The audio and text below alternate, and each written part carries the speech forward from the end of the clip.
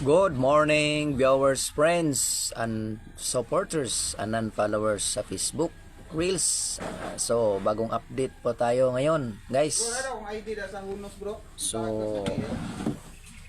amo ni bro na.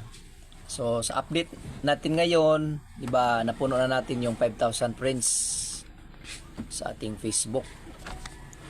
So, maraming nag-friend request sa atin.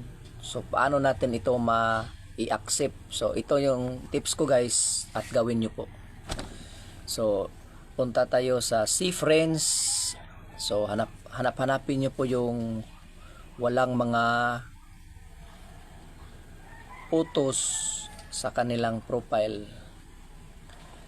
At pwede nyo rin yun i-unfriend. Doon yun sa mga hindi po active friends. So, delete nyo yan isa-isa. So, meron din namang hindi active na merong profile picture. Tingnan nyo po dyan kung active ba, kung ilang months ba na hindi siya active. Pwede nyo rin yun i-unfriend.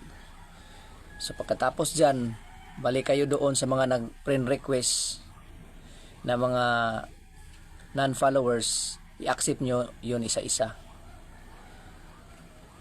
So, sa akin ngayon, nasa 100 plus. So, yung iba na-accept ko na. So,